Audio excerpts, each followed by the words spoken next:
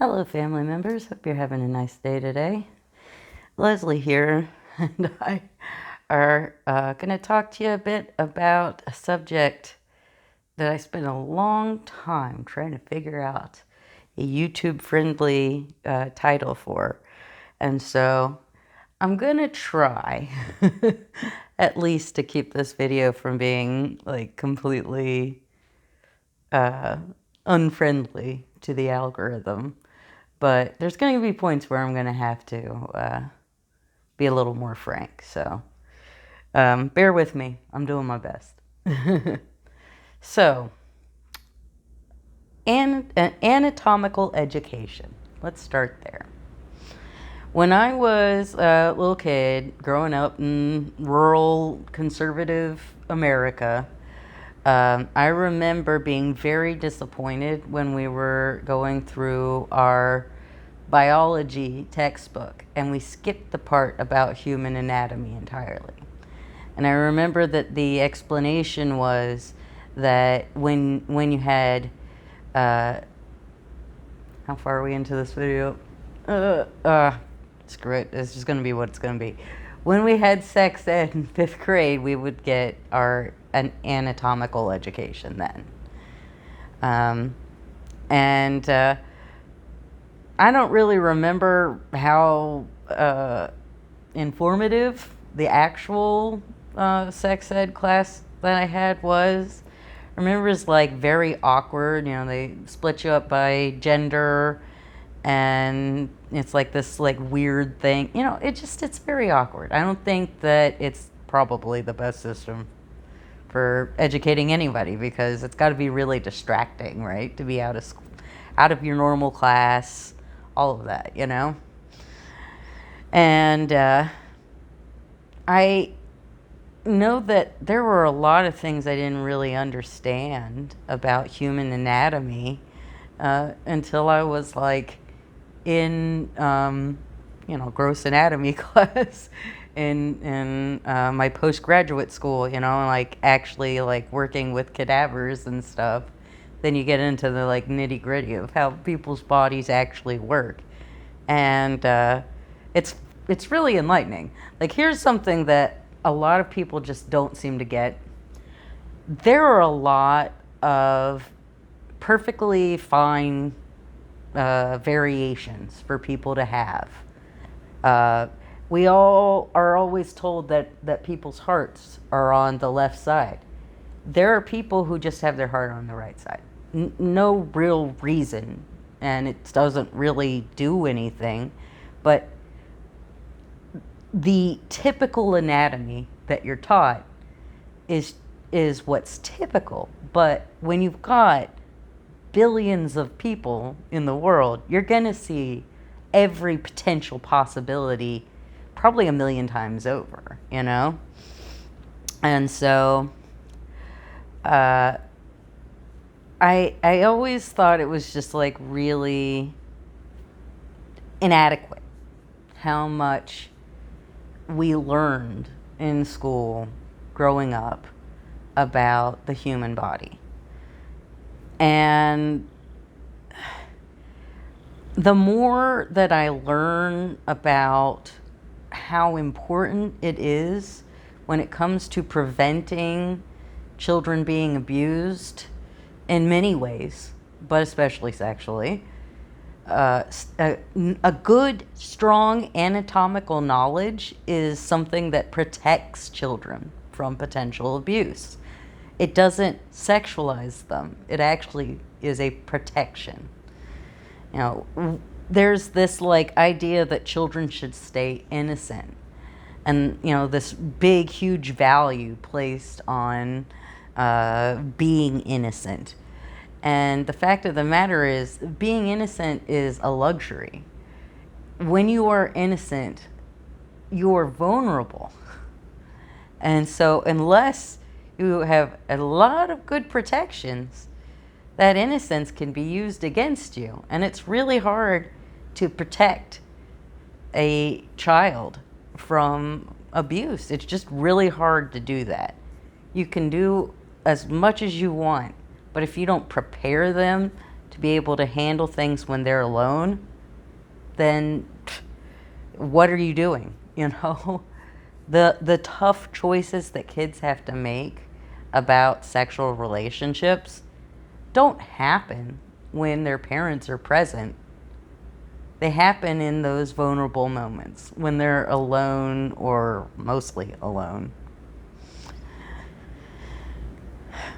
I have seen so much resistance from especially Republicans to having, appropriate sex ed for kids. They're like, why do elementary school kids need to know this stuff? Because they do, okay?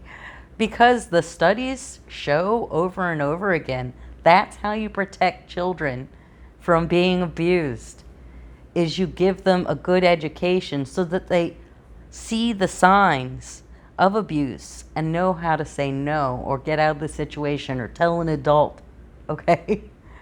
Like, if they don't know where the line is, how do they know when someone's crossed it? There used to be something you'd see in memes a lot about how you should use the appropriate anatomical terms for children instead of, saying, oh, you're pee-pee or you're cookie or you're whatever. Instead of using some sort of cutesy term, you need to use the correct term because it makes children more susceptible to being abused. But it's like we kind of forget that. It's not just kids that have good parents or thoughtful parents or parents who read the literature that need this information. It is literally everyone. I was doing a little background reading on this before making my video, and I just was kind of taken aback at how hostile any sort of like anything related to sex is from these Republicans, when that kids are not dumb. Kids are going to make their own decisions. Kids, again, they make the hardest decisions, the ones that you need them to really have the integrity to make correctly when you're not around. And you can't control them all the time. You just can't. And the idea that parents should have the ability to opt out, that children should not be given essential information that's going to protect them from abuse and protect them from abusing others because their parents don't like it. Why should a parent be able to block a child from getting information that may save their life? We are talking about health issues that literally, there are sexually transmitted diseases that can be fatal or can be chronic and change your life forever. Of course, unintended pregnancy can be a huge life-changing event. If they don't understand consent, they don't understand how to navigate living in this reality that we live in, that you're setting them up to fail. You're setting them up to have unfulfilling, unhappy sex lives that lead to them doing other things like affairs or whatever. If we want people to have healthy, stable marriages so that they can have children and raise children together as a team, we have to help them build healthy relationships. And part of that is understanding the anatomy of your partner, of yourself, and understanding all of the variation that is possible in the world. I had no idea what my sexuality was for, I would say, 35, 36 years, something like that. No one ever talked about any sort of sexualities outside of straight or gay. And I, at some point, I don't remember exactly when, became aware of asexual people. And that just didn't fit me, didn't feel right. I didn't want to be with a woman, so I knew I wasn't a lesbian. And I tried dating men, and it was just completely uncomfortable and just wrong for me. And I'm like, what am I? Who am I? Where do I fit in? I guess I just don't. And, I probably made decisions in relationships and sexual relationships and romantic relationships that were not great because I was ignorant of who I was and the possibilities about what it means to be a person. You don't have to just be straight or gay. You don't have to be romantically attracted to people. You can just find some people sexy but not want to date them. That's a thing. Or you can not want to actually have sex and want to be in a romantic relationship. I didn't realize that those things could fluctuate, could be different, that it was more dynamic than I'd ever been told. And once I had that information, I was able to connect with people who understood me. I can go online and talk to people who know what asexuality even is. I don't have to start the conversation by explaining myself, even if they don't understand everything that I'm going to talk about. I have some people that I can at least have a conversation that might kind of see where I'm coming from. I can talk to other people that are like me. They're either aromantic or asexual. And that is, it's such a blessing, to have the words to be able to express who I am and what I want and what I don't want is incredible. And I feel like if there were people who understood from the time that they were children, you don't ever have to have a sexuality. You may never actually have any interest in sex, and that's okay. You're not broken. There's nothing wrong with you. That's just one of the ways to be a human. Because if you grow up being told that the desire for sex is universal, everybody has it. Everyone wants sex and love, and you don't, you can come to some weird conclusions. For example, I'm a romantic. I don't feel romantic attraction, but I see all these people always talk about, how much they love their partners and how much they want to be in a relationship and blah, blah, blah.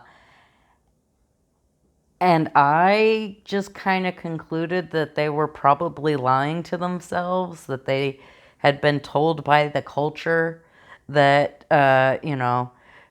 this is, romance is a good thing and you're going to fall in love and you're going to be with the person and it's going to be wonderful and you can have babies and get married and blah, blah, blah. And I mean, that's just wrong. I was just wrong. I didn't realize I was wrong because I didn't realize that people could feel something that I didn't. Because nobody had ever told me that that was even a possibility. When you don't give queer kids the words for what they still are that thing, but then they make suboptimal choices in life. If you never tell a boy that he's gay, he's never heard of being gay, he doesn't even know that's a thing, but he is gay. he's going to know. He's going to know. And he's also not going to know what to do with that. He's not going to understand that there are people who do feel attraction to the opposite gender. Because to him, his only experience is only liking men. And he doesn't know that there's different ways of being. And so he's going to maybe come to similar conclusions, that maybe he thinks all straight guys are lying to themselves or suppressing some side of themselves, because that's what he has to do in order to seem normal. I believe that there are a lot of conservative, Republican politicians, probably also some Democrat politicians, who are queer and don't realize it. And because of that, they make very disastrous, very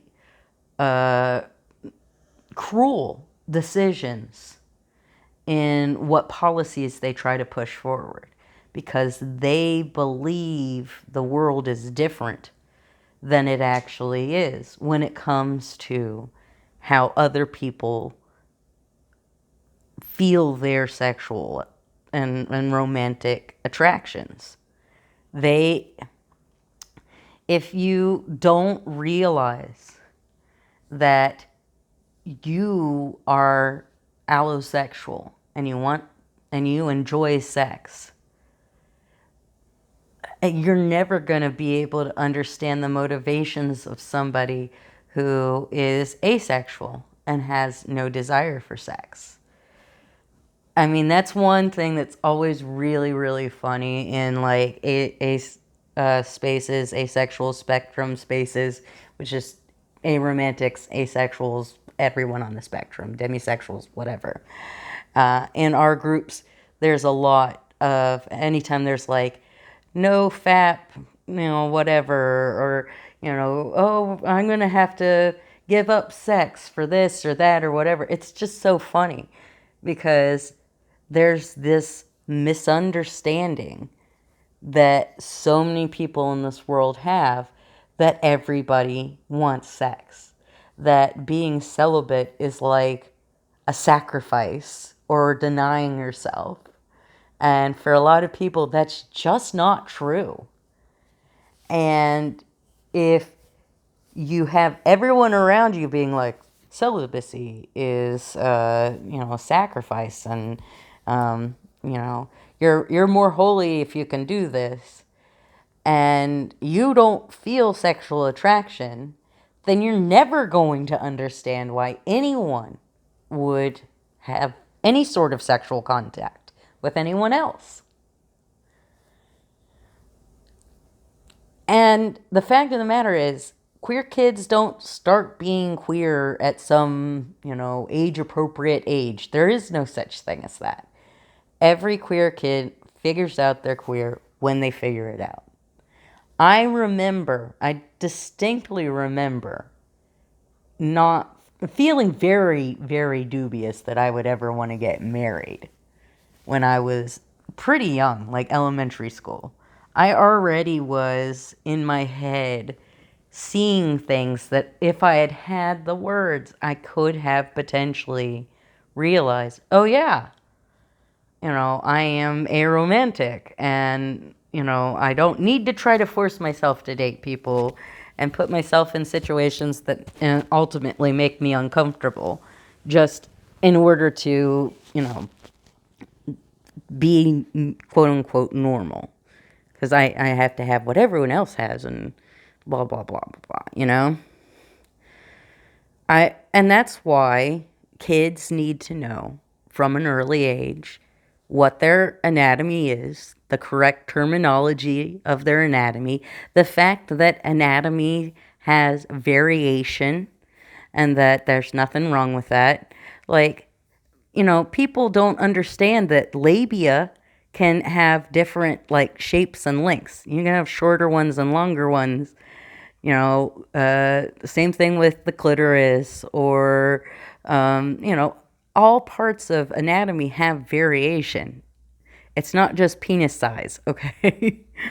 Like, there's variation. If you don't know that, you might think something's wrong with you. You might think there's something wrong with your partner. And or you can miss problems because you don't know that something's abnormal that is abnormal. It's really, really important from an early age for kids to know how their bodies work. And not just how their bodies work, but other people's bodies work. It would be great if we could teach kids about intersex identities, because then intersex kids aren't going to have to grow up feeling like nobody's ever going to understand who they are. Some intersex people end up, feeling connected to some binary gender, some don't, and that's fine. There's a lot more intersex people than we realize. That's why they had to stop doing chromosomal testing for sports, to try to prove that somebody is a woman to be in women's sports, and they'd do a chromosomal test, and then someone would find out they're like XXY, or that they have, some sort of chromosomal anomaly that doesn't match that rigid binary that people believe exists between male and female in humans. And when you have completely a female out exterior, completely lived your life as a female, and then you find out that you're like XXY, what do you do with that? That's not a good, I'm sure that has got to be an uncomfortable feeling, because we don't tell people that that's a possibility and that there's nothing wrong with them. From jump, kids need to know about anatomy and different genders and different sexes, because they're going to be in a community with different kids with different genders and different sexualities and different sexes. All of that is going to be around them, even if they're cis and straight and alloromantic, allosexual, all, straight down the line, just what the mainstream believes is normal. Even if they're all of that, not everyone in their life is going to be.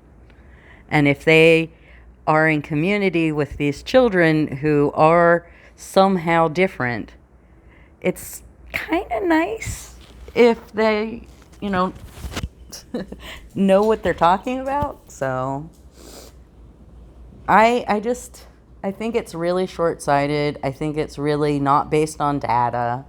I'll have some links in the description and whatnot.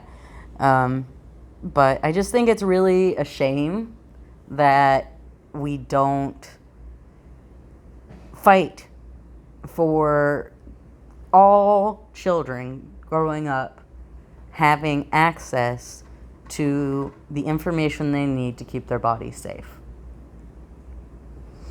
And we do this because of this weird American squeamishness around sex. And it doesn't serve us. It doesn't help. If you don't want there to be abortions, you need to offer people sex ed. You need to make sure that they have access to contraception. If you don't want there to be teenage pregnancies, same thing. If you don't want children to be abused, same thing. Like, over and over again, all of these things that Republicans say that they're against, they are also against what helps get rid of those things.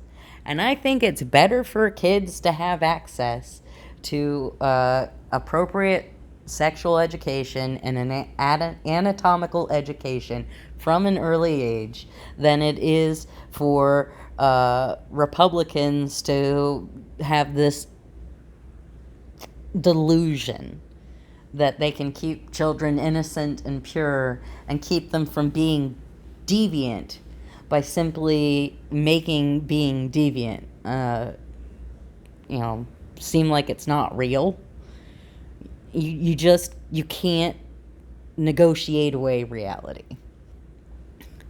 Well, family members, I gotta wrap this up. Casey is giving me the eyes over there. Old man needs to go to the bathroom. You gotta give the old dog what he wants. But I hope you enjoyed the little kitty cameos. Socks obviously had a little bit of fun with us today, so that's always nice.